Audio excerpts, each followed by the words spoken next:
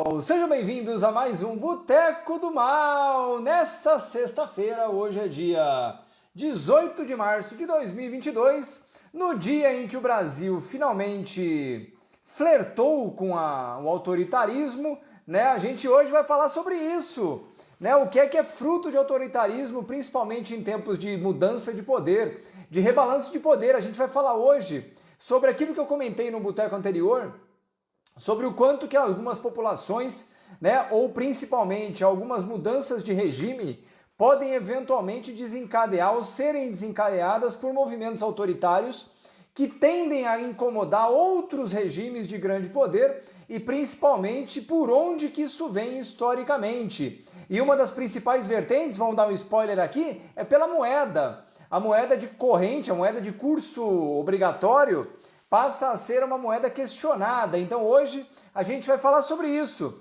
Frente ao que acontece na Rússia e na Ucrânia, onde ficaram adjetivando o Vladimir Putin, e eu sou da opinião de que quando você adjetiva alguém, provavelmente você está querendo desmoralizar o interlocutor, provavelmente tem uma boiada passando. Então, vamos falar sobre isso hoje? Bom, para você que estava numa caverna nos último mês, pelo menos, né? Há algum tempo que vinha sendo ventilado que a Rússia iria invadir a Ucrânia. Eu fui dos que disse que não acreditava nisso e eu perdi nisso no sinal de... Não perdi não, porque não perdi nada, né, no final das contas, mas eu errei nisso, né? A Rússia invadiu a Ucrânia da forma mais ridícula que eu já vi um país invadir outro, né? Porque invadiu com os tanques, literalmente, os tanques que a Rússia invadiu são tanques da Guerra Fria, para vocês terem uma ideia, dos anos 80, anos 70, né? Inclusive é por isso que os tanques da Rússia tinham um Z branco, porque os tanques da Ucrânia são iguais a esses tanques, 40 anos de vida. E aí, né, já lança um míssil num prédio, tipo uma invasão que lança vídeo... Cara, invasão por invasão você destrói a cidade, né? E foi uma invasão leve, se é que eu posso dizer isso. E quero deixar muito claro desde já que eu não acho que há nada a ser comemorado, vangloriado, né, isso tudo, não tem. Muito pelo contrário. Tem gente pagando um preço caro demais por isso, né? Mas, para além das discussões retóricas, e eu falei que eu não vou mais falar disso, eu não quero entrar nessa conversa mais, mas agora eu vou falar de um boteco que eu falei há 2 semanas atrás, que eu acreditava que essa questão Lembrando, a Rússia tinha 600 bilhões de dólares em reservas, e os Estados Unidos, associado com muitos outros países, bloqueou de forma unilateral, na minha opinião, de uma forma ilegal, o patrimônio da Rússia, que estava na Suíça, na Alemanha. Os países também fizeram isso, nos próprios Estados Unidos e em outros países foram bloqueados de uma forma unilateral. E eu falei num boteco aqui há uns 15, 20 dias atrás que isso era uma arma que você só poderia usar uma vez. Porque eu fico imaginando Taiwan e a China olhando para Taiwan, ele fala assim, uai, o dia que eu olhar meio torto para Taiwan, então quer dizer que a minha reserva, que é de 1 trilhão, pode ser confiscada? Né? Isso vai levantar questionamentos óbvios, porque hoje eu tenho reservas em dólares, porque eu creio, pelo menos em tese, de que essas reservas não serão confiscadas, né? Que eu tenho alguma segurança legal com relação a isso. E o fato é que as reservas russas foram confiscadas. Toda e qualquer reserva russa que estava em outro país foi confiscada. Tá bom. E eu falei isso em primeira mão e, curiosamente, na segunda-feira seguinte, um monte de influencer fodão aí teve a genial ideia de falar a mesma coisa. Capaz de ter sido só sorte, né? Mas a vida é assim, tá tudo bem.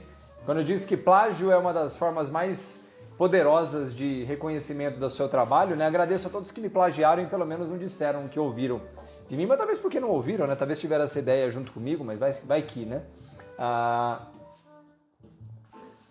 Bom, isso foi não lembro exatamente se foi 3 semanas atrás, né? Alguma coisa assim. E eu disse que isso iria elevar a discussão para um questionamento óbvio. Por que eu vou continuar fazendo negócios em dólar? Porque se eu faço negócios em dólar, é alguém alheio a mim que controla a minha geração de caixa e que, portanto, depois de uma atitude como essa, que é a primeira vez na história que isso acontece, né, com o país central, pelo menos, né, eu não sei se eu tenho meu dinheiro. Então pode ser que eu faça negócios. Lembrando, o que eu gero de reservas internacionais, é um dinheiro que o meu país negociou no mercado em qualquer coisa. Gerou um lucro. Esse dinheiro que foi gerado como lucro, eu vou utilizar para guardá-lo como reserva estratégica. Então, dentro de negociações internacionais lastreadas naquela moeda, eu recebi naquela moeda e optei por guardar ela mesma. Eu não converti ela em nada, certo? Reserva internacional, portanto, é superávit de negociações correntes entre países, entre qualquer coisa, que sobra e eu guardo, certo? Tá bom. Mas aí eu vou voltar um pouco na história, né?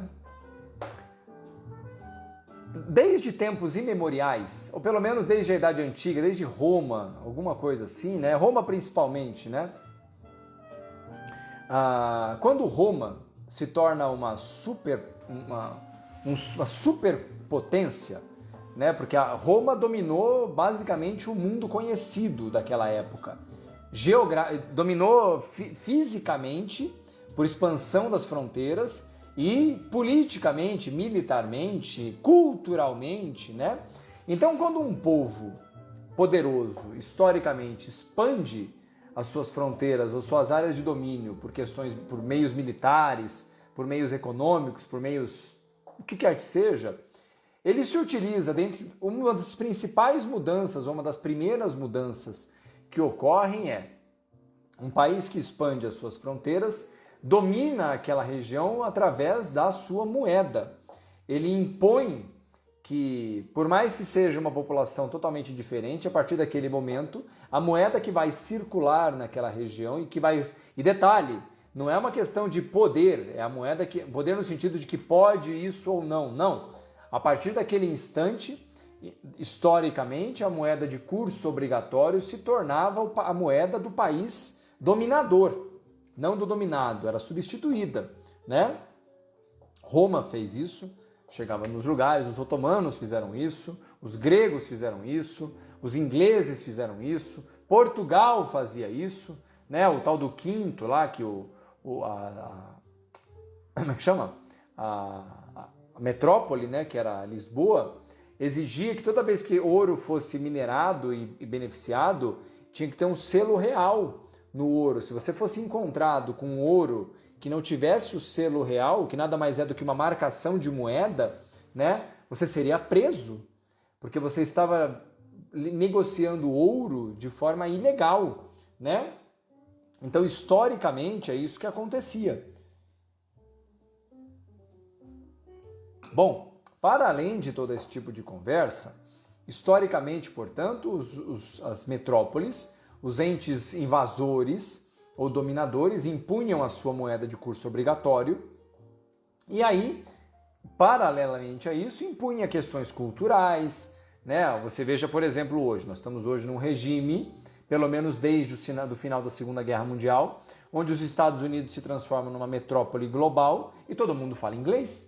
Não todo mundo fala inglês, né? Mas a língua inglesa dominou as pessoas. O cinema americano, dominou as relações, né? As empresas americanas dominaram os regimes de negócios globais. Então, você impõe o poder frente às demais nações, os demais povos, através de várias formas, dominações culturais, dominações políticas, obviamente nem preciso discutir dominação militar, em última instância, mas uma das mais importantes é a moeda, né? Só que historicamente, ainda que a dominação da moeda é algo histórico, pelo menos até 1970, todas as moedas que circularam, todas, ainda que em tese, tinham o que se chamava de lastro.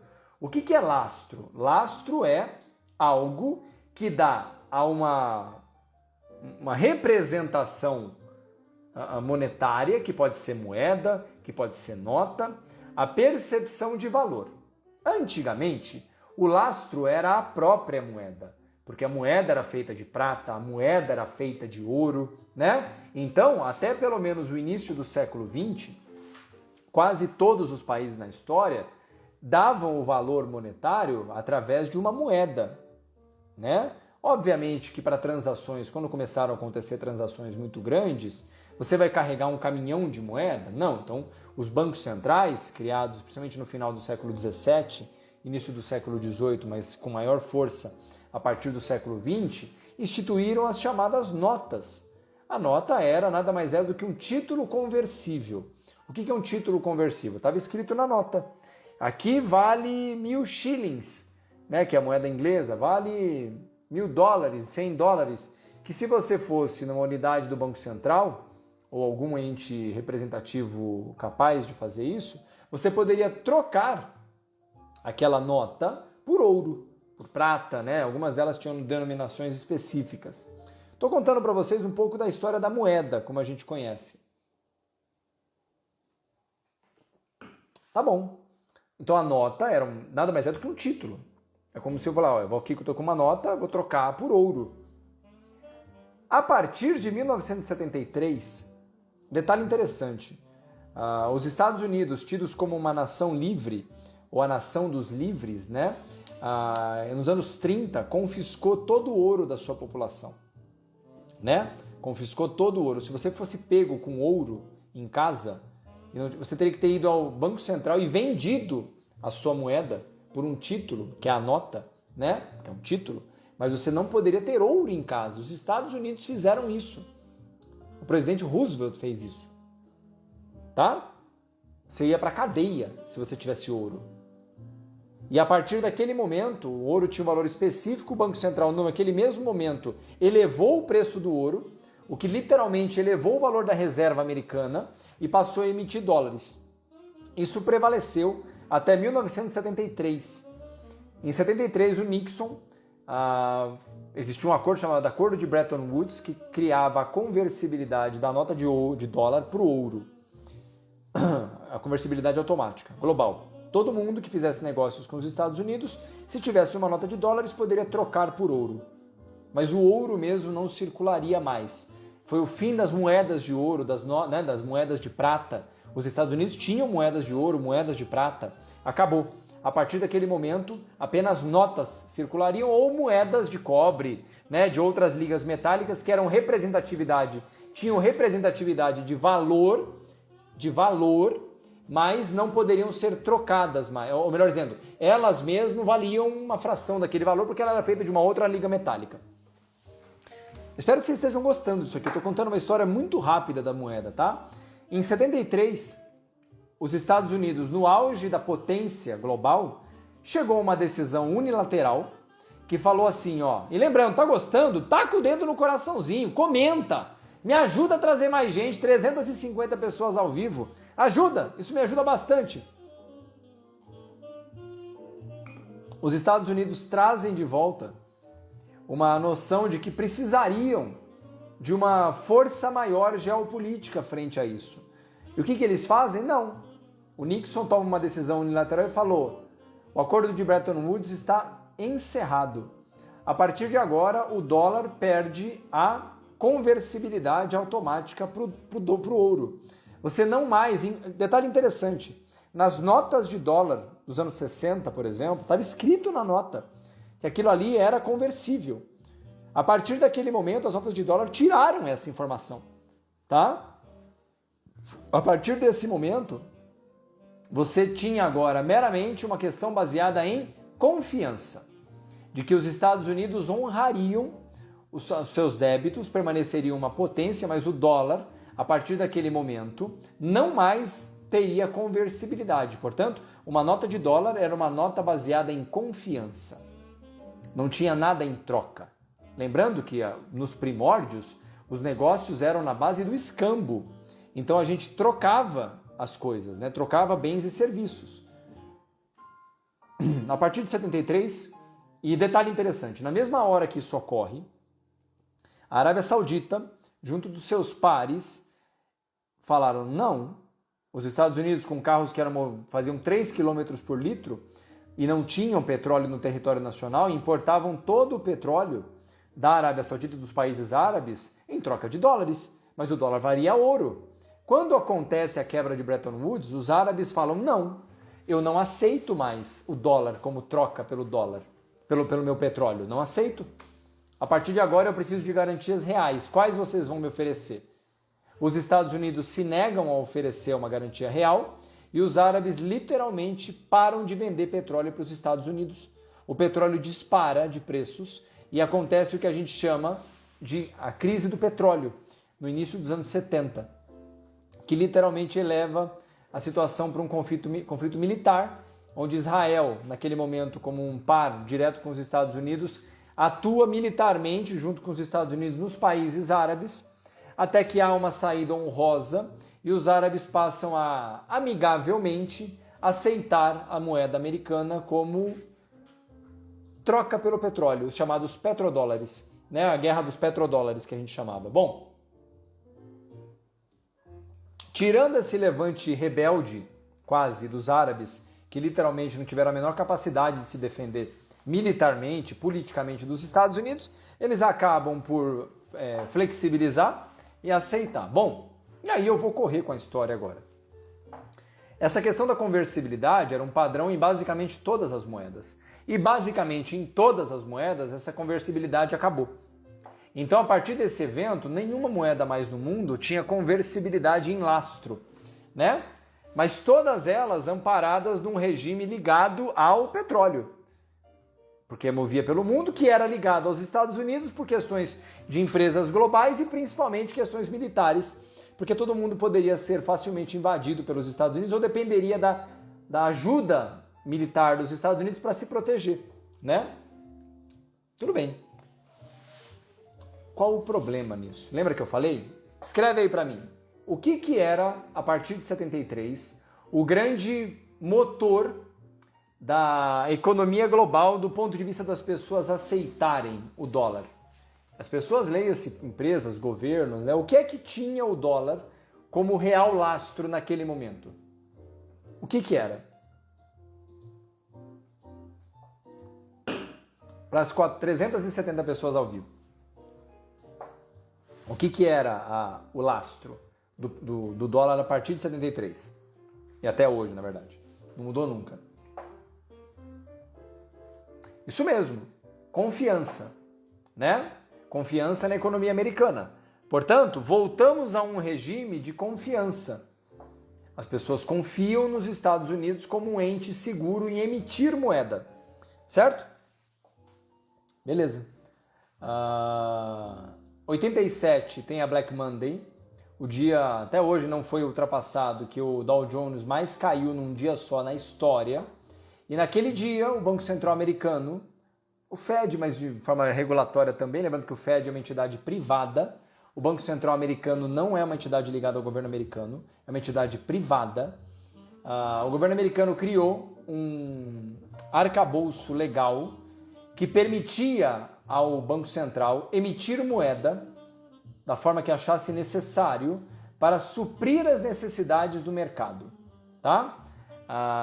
Esse recurso não foi utilizado em 87, não precisou. Só que o arcabouço legal estava criado naquele momento. Bom, a partir desse momento, o mundo seguiu, 80, 90, 2008, vem a crise de 2008. O mercado despenca por causa dos créditos imobiliários e tudo mais. O Banco Central americano, pela primeira vez na história, utilizou-se de um arcabouço legal criado em 87, onde ele começou a imprimir dinheiro para comprar dívidas de empresas que estavam para quebrar. E literalmente esse mecanismo salva o mercado de um problema ainda maior, né? Pela primeira vez na história, o mundo testou a possibilidade de um país central poder emitir moeda de forma absolutamente indiscriminada, sem que os outros pares desse negócio se sentissem diretamente incomodados. Não de forma objetiva, porque aquilo afetaria a todos, né? Se 2008 tivesse progredido a crise, provavelmente teríamos problemas muito graves globalmente, muito piores do que nós tínhamos na época. E foi uma crise muito grave. De 2008 até 2020, né? Os Estados Unidos começaram uma dinâmica absolutamente insana de emitir trilhões de dólares para benefício próprio. Só que o detalhe é que isso começa numa curva que literalmente começa lenta e quase fica em 90 graus, assim, o ritmo de progressão da emissão de moedas. E lembrando, esse é um dinheiro que foi criado pelo Fed para comprar títulos de dívida de empresas.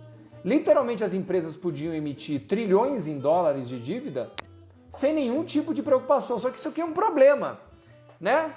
Se você é a Samsung, por exemplo, se você é a Toyota, você pode emitir dívida desse jeito? Indiscriminadamente? Mas se a empresa que é tua concorrente nos Estados Unidos pode emitir o quanto quiser de dívida que o Banco Central americano vai comprar, literalmente você pode fazer o que você quiser, certo? O que você quiser. Só que durante muito tempo isso foi incomodando muita gente. Gente, não eu e você.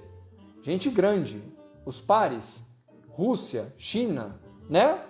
Peraí, você está emitindo dívida pra cacete? Eu que estou comprando, inclusive, né? E tá tudo bem? Não, não tá tudo bem. Só que isso durante muito tempo cria uma dificuldade enorme, porque o cara é o dono da supremacia militar, grande parte das empresas de serviço ou grandes patentes, né, são dominadas por empresas americanas. Isso cria uma sinuca de bico. Só que a partir de um certo momento, alguns pares ficaram grandes demais. Grandes demais comercialmente, militarmente e tecnologicamente em fornecimento de energia. Certo? Bom, e agora, tudo que eu vou começar a falar a partir de agora, eu quero deixar muito claro que eu não quero que você acredite em nada. Tudo que eu vou falar a partir de agora é uma mentira em cima da outra. É tudo coisa para te enganar. É tudo coisa para fazer você dar umas risadas. Porque nada do que eu vou falar a partir de agora faz qualquer sentido ou tem qualquer conexão com a realidade. Tá certo? Então você grave isso com cuidado, tá? No mundo imaginário, e tudo que eu falar agora diz respeito ao mundo imaginário, tá? No mundo imaginário, vamos supor que você é uma potência paralela aos Estados Unidos, China, Rússia ou outros países também, e tá vendo essa zona acontecer, onde literalmente um ente capitalista dono do mercado quer ficar dono de mim. Porque se ele pode emitir o quanto ele quiser, ele é capaz de literalmente quebrar as minhas empresas. Porque se a empresa que é do meu país,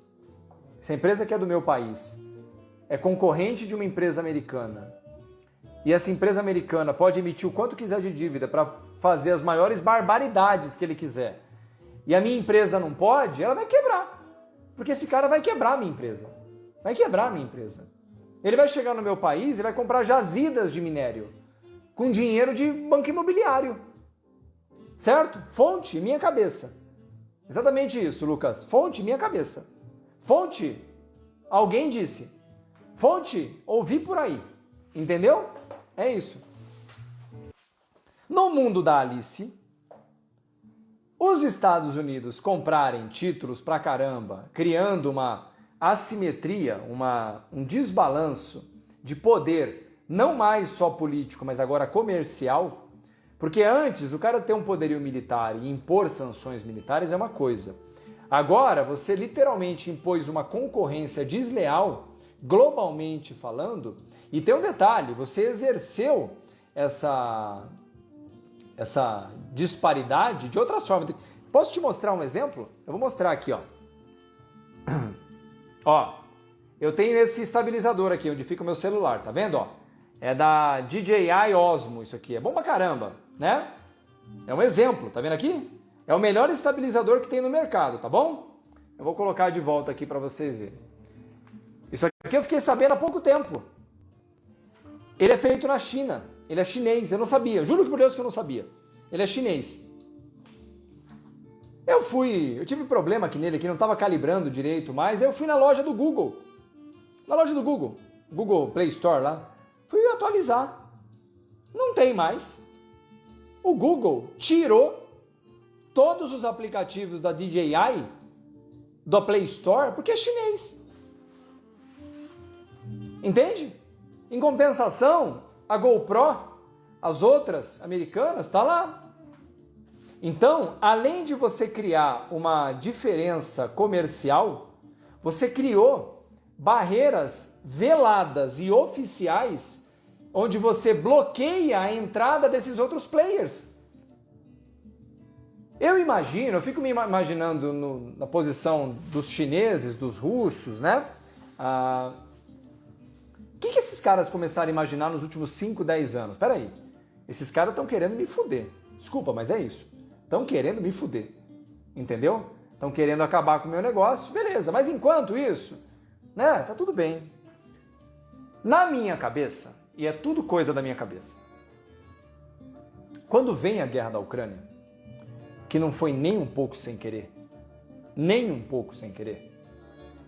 se você me perguntar, eles já sabiam que as reservas russas seriam bloqueadas. Eles sabiam disso. Eles tinham certeza disso. Porque era um caminho óbvio. Um país megalomaníaco, que tomou uma megalomania de poder global, que domina tudo, né? Eu vou dominar e agora... Ah, você vai querer brigar? Vou pegar seu dinheiro.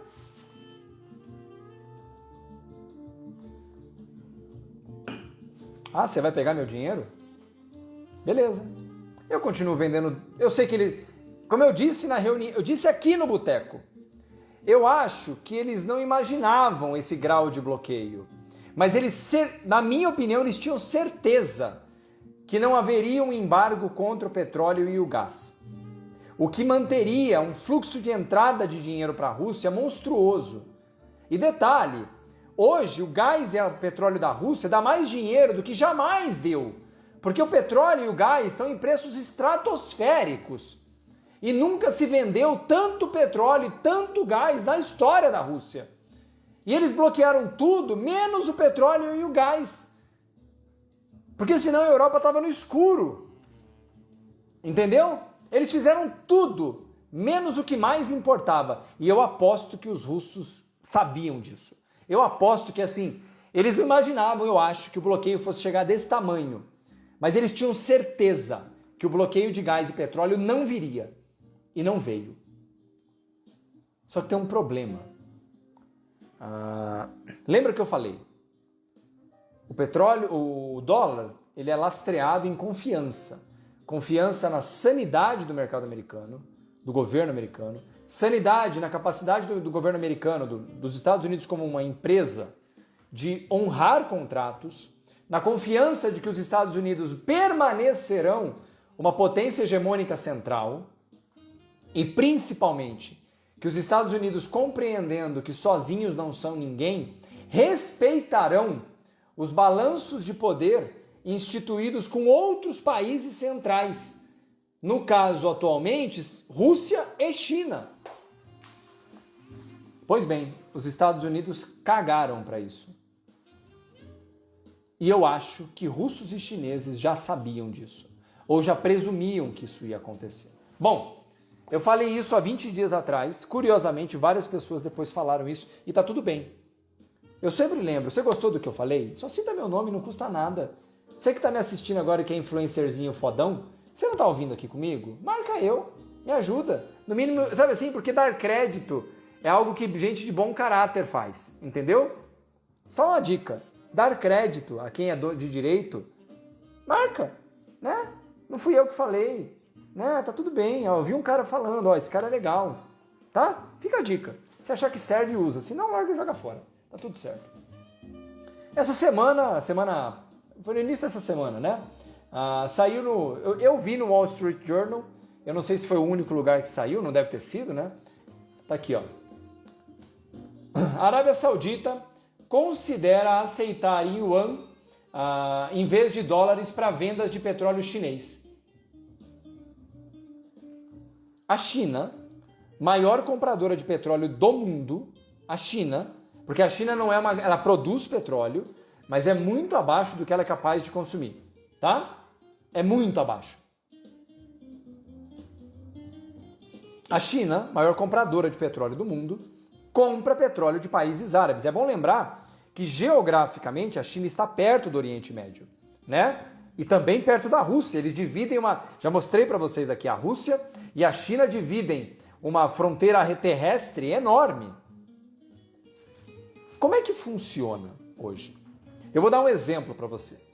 Maurício, eu tenho parentes em Portugal, tá? E eu quero mandar um dinheiro para eles, ou eles vão me mandar um dinheiro. Aí eu vou lá no Remessa Online, no meu banco, onde for. E eu tô vendo lá, o dólar tá 5,10 e o euro tá 5,30. Tô dando um valor qualquer aqui, tá? 400 pessoas a ver, Brasil! Obrigado, eu só tenho que agradecer. Quando você vai comprar euro, não, eu vou lá no Remessa Online e eu compro euro. Não, você não compra euro. Em qualquer moeda internacional hoje, como é que você faz? Você acha que compra euro? Escreve aí pra mim o que você acha que acontece. Fui lá, eu quero comprar ien. Meu marido, meu filho, meu primo trabalha no Japão e vem trazer dinheiro pro Brasil. Ganha ien e vai trazer pro Brasil. Como é que funciona isso? Como é que funciona isso? Eu vou comprar Bitcoin. Como é que você faz o cálculo? Eu sei que tem gente que faz já os cross-listing, que a gente chama, né? Exatamente, pessoal. Cleitão, meu amigo Cleiton, tá aqui na live. Cleitão, bem-vindo, bicho. Que bom. Manda um beijo pra mulher também aí. Viu? Em breve tô indo em Campinas aí pra te ver, hein? Ó. Isso. Não é que você converte primeiro pro dólar. Não precisa converter. Mas o valor de referência é o dólar. E o dólar é referenciado depois numa outra moeda. Então, quando você vai comprar euro, você faz a referência primária para o dólar e depois você faz a secundária do dólar para o euro. Você vai trazer de ien para dólar australiano, ien para dólar americano, dólar para dólar australiano. A referência central sempre é o dólar. Por mais que você não tenha que converter em dólar. Mas a referência de valor é o dólar. E nos contratos, globalmente falando, eu vou vender para a Rússia. 99,99999% dos contratos, o contrato é em dólar. Eu vou pagar para a Rússia em dólar. A Rússia vai receber em dólar e vai converter de dólar para rublo. Nas transações comerciais, o dólar é uma moeda de, não vou dizer que é um curso obrigatório, mas é um curso comum, um curso normal. Entende? É uma moeda de curso normal. Mas espera, qual o sentido nisso? Por que eu tenho que pagar em dólar para depois pagar de volta? Porque eu confio nos Estados Unidos, não na Rússia. Eu confio nos Estados Unidos, não na China. Eu confio nos Estados Unidos, ou mais nos Estados Unidos, não no Japão. É assim que funciona. Lembra que não é um regime de confiança? Os Estados Unidos instituíram um regime de confiança que dá ao dólar a capacidade de se transformar um lastro de confiança incomparável, sem paralelos. Então as pessoas transacionam em dólar de forma automática. Vou comprar em dólar. Beleza. Até março de 2022. Quando alguém que transaciona em dólares, trilhões de dólares, teve toda a reserva que ele guardou das transações que ele comprou em dólar, e ele optou por guardar a reserva lá nos Estados Unidos, ele foi bloqueado. Ele foi confiscado. A partir deste momento, muita gente fala assim, e não é que é?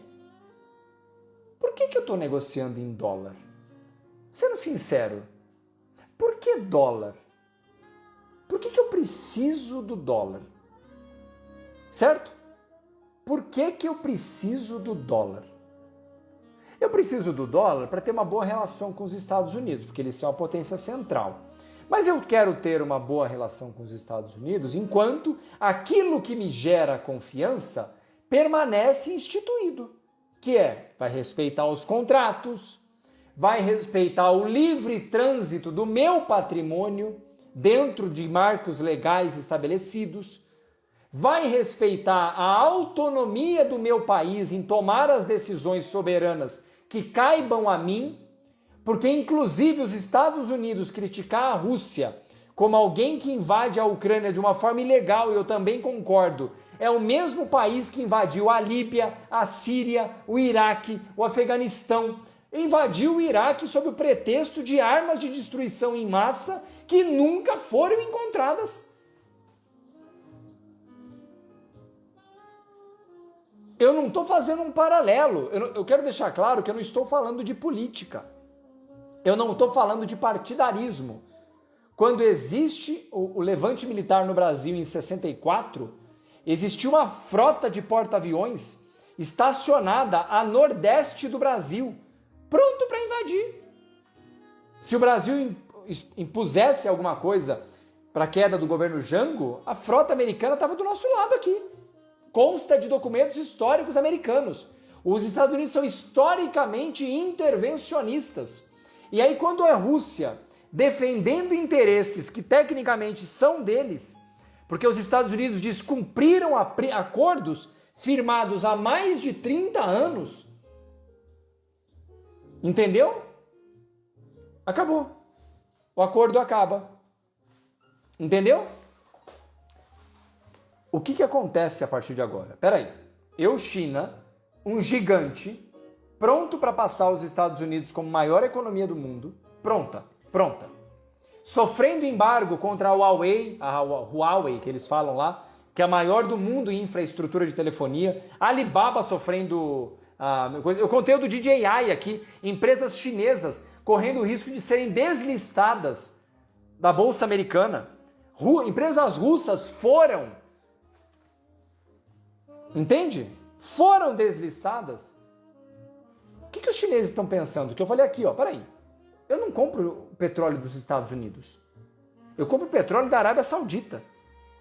Só que a Arábia Saudita só vende petróleo. E os Estados Unidos se tornaram exportadores de petróleo. Exportadores. O que antes era uma dependência da Arábia Saudita, nos últimos 10 anos se virou. Os Estados Unidos não precisam mais da Arábia Saudita. A Arábia Saudita e os seus pares vão vender para quem? Para a China. E agora os Estados Unidos estão querendo fazer graça e eu vou perder meu único comprador?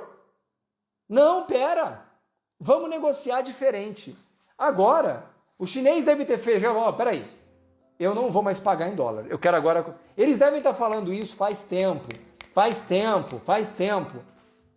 Eu não quero mais pagar em dólar. Eu vou pagar na minha moeda. E você vai aceitar, porque eu sou seu comprador. E eu vou fornecer coisas para você, porque eu já forneço. O carro que você compra é feito aqui. A roupa que você veste é feita aqui. O celular que você usa é feito aqui. Entendeu?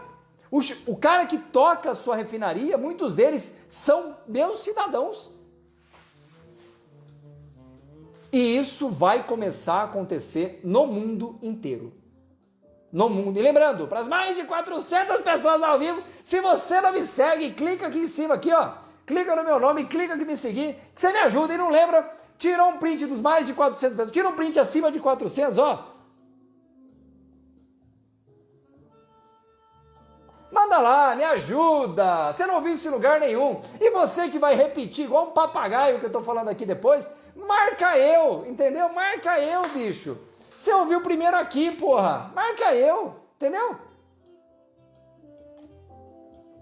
O que está acontecendo agora é uma mudança que é um preço caro demais para os Estados Unidos pagar.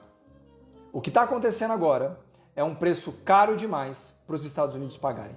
É a primeira vez, na minha opinião, desde a Segunda Guerra Mundial, que os Estados Unidos estão sendo confrontados por uma realidade que eles não têm a menor capacidade de conter. Não tem. Vou dar um exemplo. Há mais de um ano, eu já ouvi as primeiras histórias E se tiver alguém do agro aqui que saiba disso, eu estou falando porque eu sei de exemplo real. Eu tenho um querido cliente que é grande produtor. Ele foi abordado por chineses que compram a soja dele. Porque a soja brasileira é vendida para onde? Escreve aí para mim para onde vai a soja brasileira. Para onde? Para a Mesopotâmia? Para Constantinopla? É? Para a Babilônia? Para onde? Para a terra de Pindorama? Para onde vai? Para onde vai? Sim, vai para a China. Né? Entendeu? E se você não sabe, Constantinopla é Istambul, a cidade mais linda do mundo, das que eu conheci, e eu conheci várias. Istambul, se você não conhece, vá. A China, os chineses já estão abordando muitos produtores e cooperativas no Brasil para fazer contratos de compra de soja denominados em yuan. Denominados em yuan. Isso já está acontecendo. Sabe o que é que vai acontecer a partir de agora? Isso só vai aumentar. Isso só vai aumentar. E ó, falando sobre a Arábia Saudita, porque a gente falou... Vocês se lembram que eu fiz uma live, um boteco, há uns meses atrás? Eu estava justificando o porquê que o petróleo não caía. Vocês lembram que eu fiz uma live, o porquê que o petróleo não caía? E vocês se lembram, ó, vou dar uma pista. Um dos motivos do porquê que eu falei que tinha uma chance do petróleo não cair era ligado com a Arábia Saudita. Quem aqui lembra, escreve aí para mim, o que é que tinha com relação à Arábia Saudita que podia ser um motivador dos preços do petróleo não conseguirem cair?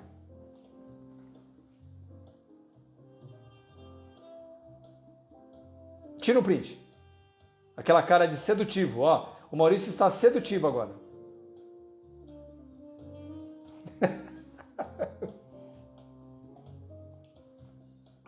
Dívida, exatamente! Aê, porra! Vocês estão lembrando, pô, vocês estão lembrando, é isso aí, cara, porra. E aí eu vou voltar pro Bluebers. Você conhece o Bluebers? É o Bluebers, amigo. O Bluebers tá foda, entendeu? Vamos colocar aqui, ó. Deixa eu colocar aqui.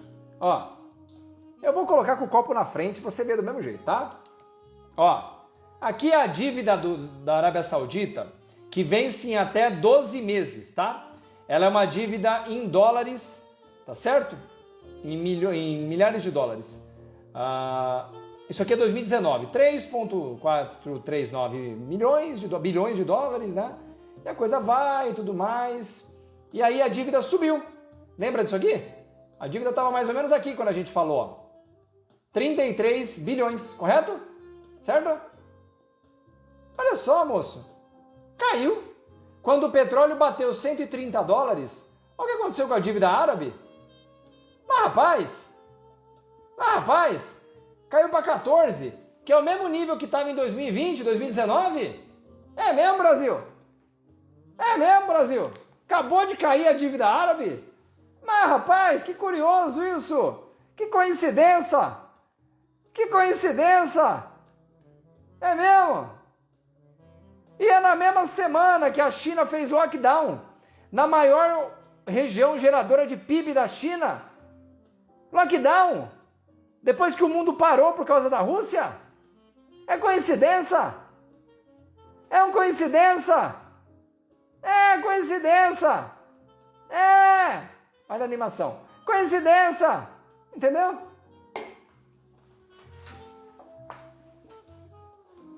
O que eu vou falar para você a partir de agora não é que é no mundo da Alice. É quando a Alice entrou no mundo da prima da Alice. É assim, tipo, Você assistiu aquele... Como é que chama aquele lá que o cara entra no sonho?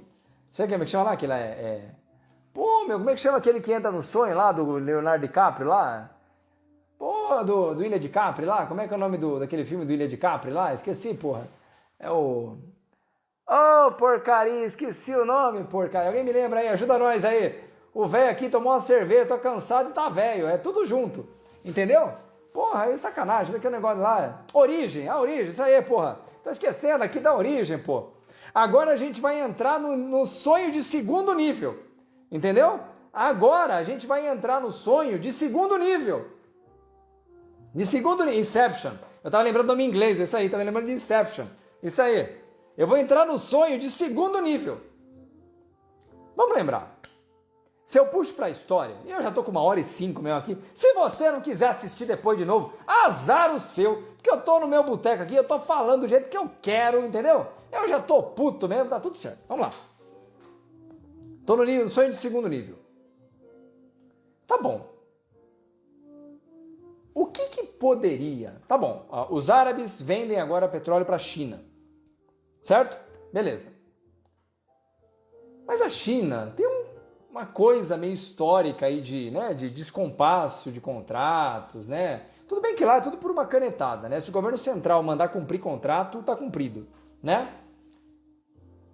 O que o ser humano, eu e você, historicamente aprendemos que é valor? Historicamente, nos últimos 5.000 anos, o que a gente associa diretamente a valor? Que eu possa considerar como valor, não importa em que momento da história.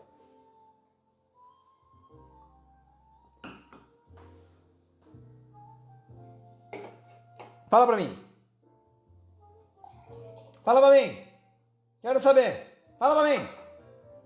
Ouro, amigo. Ouro. Ouro, amigo. Ouro. É ouro. Ouro. Porque ouro pode ser transportado, né? Eu posso pedir para mim, traz aqui para mim, eu quero ouro. Terra também mas terra não pode ser transportada, né? Ouro. Ouro, amigo. Ouro. Isso. Tá bom. Os chineses querem comprar petróleo em yuan. Mas a China ainda não é aquela coisa toda. Ouro e prata, bem lembrado, você está correto. Mas é que a prata ela precisa de muito mais volume, né? Então ela não é muito boa para transporte.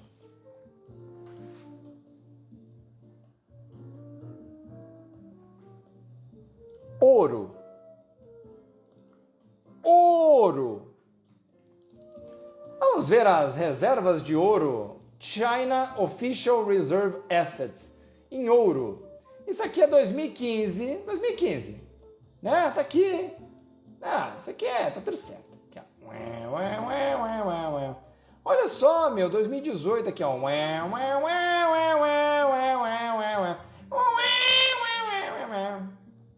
Reservas de ouro da Russia International Reserves Gold, Central Bank of Russia.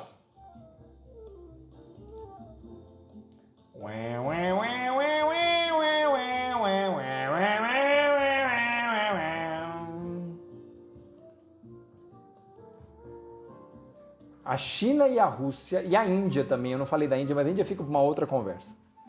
A China e a Rússia compraram ouro como se não tivesse amanhã. Nos últimos 4 anos. 5 anos, na verdade. 2015, desde o final da última crise. A China e a Rússia compraram ouro como se não tivesse amanhã.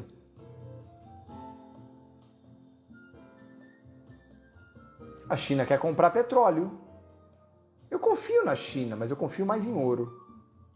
A Rússia quer comprar de tudo, né? Mas vai vender petróleo também. Tem petróleo, mas eu confio mais em ouro. Mais do que na Rússia. Então, lembra, no origem, segundo nível. Segundo nível. Eu estou no sonho do sonho nesse momento, tá? Eu quero confiar na Rússia, mas eu não consigo ainda. E se eu criasse, então, um mecanismo legal onde as minhas reservas de ouro pudessem ser colocadas como garantia parcial dos negócios? E que, portanto, você pudesse vender para mim alguma coisa e eu colocasse aquela garantia real em alguma situação onde você pudesse acessar esse ouro.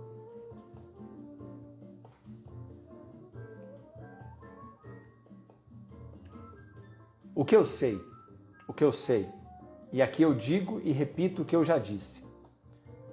Eu não sei para onde vamos depois dessa situação toda, mas o que me parece claro como o dia, assim, tipo, límpido, é que aonde estávamos não voltaremos. O que existia do ponto de vista de balanço de poder entre Rússia, China e Estados Unidos antes da crise, da guerra, não voltará. E não voltará não com relação aos Estados Unidos, com relação a todos os outros. E nisso eu não estou comentando, eu estou só dando um exemplo. Você já percebe rachaduras importantes. Quando a Royal Dutch Shell, uma das maiores petroleiras do mundo, rompendo um embargo velado contra o petróleo russo, compra cargas de petróleo russo com desconto, é um sinal claro de que algumas pessoas nesse mercado, incluindo ingleses e outros governos importantes, estão meio que dando uma banana para os Estados Unidos. Quando alguns governos centrais flexibilizam o acordo da Rússia para não terem cessados os fornecimentos de fertilizantes para suas estruturas agropecuárias, porque senão eles vão morrer de fome, isso é uma rachadura. Quando um governo árabe, da Arábia Saudita, o maior governo ligado ao petróleo do mundo, um parceiro histórico dos Estados Unidos, aceita de forma aberta negociar com a China, provavelmente o maior inimigo do ponto de vista de balanço de poder dos Estados Unidos, na moeda deles pela primeira vez da história, isso é uma rachadura. Então, o que eu posso dizer para vocês é que, frente à realidade do que eu estou enxergando hoje, o preço que os Estados Unidos optaram por pagar, por tomar as atitudes que tomaram, na minha opinião, lá no segundo nível do sonho e provavelmente no terceiro, é um preço que vai custar um rebalanço de poder compulsório. Porque o ponto é, por mais que em última instância todas as negociações políticas sejam capazes de acontecer, e por mais que elas sejam injustas, desproporcionais, do ponto de vista militar, eu gostaria muito de ver os Estados Unidos tentando criar um levante contra a Rússia e China juntos. Isso provavelmente não daria muito certo. E, portanto, a única hipótese última, que seria um levante militar dos Estados Unidos impondo a hegemonia deles contra a Rússia e China juntos, provavelmente é uma briga grande demais para os Estados Unidos se envolverem. Especialmente porque provavelmente envolveria parceiros estratégicos dos Estados Unidos, incluindo a Europa, Israel, o Oriente Médio, de uma forma onde eles provavelmente não querem se envolver. Entende? Então, o que eu quero que vocês entendam, assim como eu falei há 3 semanas atrás, é que o que a gente está enxergando agora, na minha opinião, são os primeiros passos que vão levar anos. Isso não vai mudar do dia para a noite. Outra pergunta que me fazem muito. Maurício, você acredita na hipótese onde os Estados Unidos percam a capacidade de ser uma hegemonia global? Zero chance. Zero chance. O que eu acho que vai se tornar irremediável é um rebalanço de poder aonde os Estados Unidos aceitarão de uma forma honrosa um rebalanço do acordo global onde o dólar seria a única moeda. Eu não sei como, eu não sei quando. O que eu sei é que, como uma forma de não desbalancear isso de forma abrupta, vai ser concedido de um jeito que eu nem consigo imaginar, porque eu nem parei para pensar ainda, em que os países permitirão que essas negociações bilaterais, que não envolvam os Estados Unidos e que envolvam outros entes muito poderosos como Rússia e China, essas negociações possam ocorrer nas moedas proprietárias dos entes envolvidos. E isso é uma mudança que é o começo do fim da hegemonia única dos Estados Unidos como potência global. É o último passo para que os Estados Unidos finalmente tenham que aceitar outros países igualmente ou que se tornarão igualmente poderosos comercialmente e socialmente falando com outros países. E provavelmente você vai ouvir isso de outras pessoas a partir de outro dia, talvez criticando, talvez não, mas eu espero de coração que hoje às 10h47 da noite, para as 410 pessoas ao vivo que me acompanharam de forma indelével, de forma inegociável, espero mesmo que goste. Lembra, tudo que você ouve aqui é de graça. Sabe como é que você me ajuda? tira um print, compartilha. Esse boteco vai ficar salvo até domingo, tá bom? Então compartilha, tira um print, vai @Maurício Bellinello, marca nos seus stories, eu compartilho comigo também. Seu perfil é fechado? Não tem problema. Faz os seus stories, tira um print, manda para mim no direct que eu compartilho já já. Tá nessa live, não me segue ainda? Vai aqui em cima no meu nome aqui, ó. Clica ali no meu nome, vai abrir uma listinha, segue sem sair da live. Tem muito conteúdo. Boteco teremos de novo amanhã, 3 da tarde, né? Um encontro especial de pré-inscritos, o único curso que eu tô vendendo, mas tá quase fechando já. Você que tá interessado, amanhã, 3 da tarde, um cafofo, um encontro especial tirando dúvidas do curso. Quer participar? Não tá ainda no curso? No grupo, vai lá na minha bio, clica no link do site do curso de commodities, entra no nome e e-mail, coloca nome e e-mail lá, clica em enviar, vai no formulário, preenche com carinho que eu corro lá. Pessoal, e diz pra mim, você já ouviu isso que eu falei hoje em algum lugar? Diz pra mim, já ouviu em qualquer lugar, em qualquer pessoa falando, pagando ou não pagando, sem blá blá blá, sem eu acho que, sem, mas não, sem política, sem nada, só conversa, só dados, só matemática, só raciocínio lógico, né? É isso. É isso que eu posso oferecer para você nos meus cursos, é isso que eu posso oferecer nas centenas de horas de conteúdo que eu tenho aqui. Para mim, é uma satisfação enorme estar aqui com vocês. Muito obrigado mesmo a cada um de vocês. Tenham todos uma ótima noite. Durmam bem, fiquem bem com os seus, tá bom? Vem aqui, vem com todos os seus e a gente se fala. Amanhã, você que é pré-inscrito da Turma 7 no encontro especial. Domingo, 7h30 da noite, na live de inscrições para a Turma 7, a única turma desse semestre. A próxima, se tiver, vai ser lá para o final do ano, mas eu não tenho nem previsão e é capaz que não tenha, né? Aguardo você. E no domingo, caminhando com mal e mais um monte de zoeira. Boteco, só daqui 15 dias, tá bom? Um grande abraço, pessoal. Fiquem bem.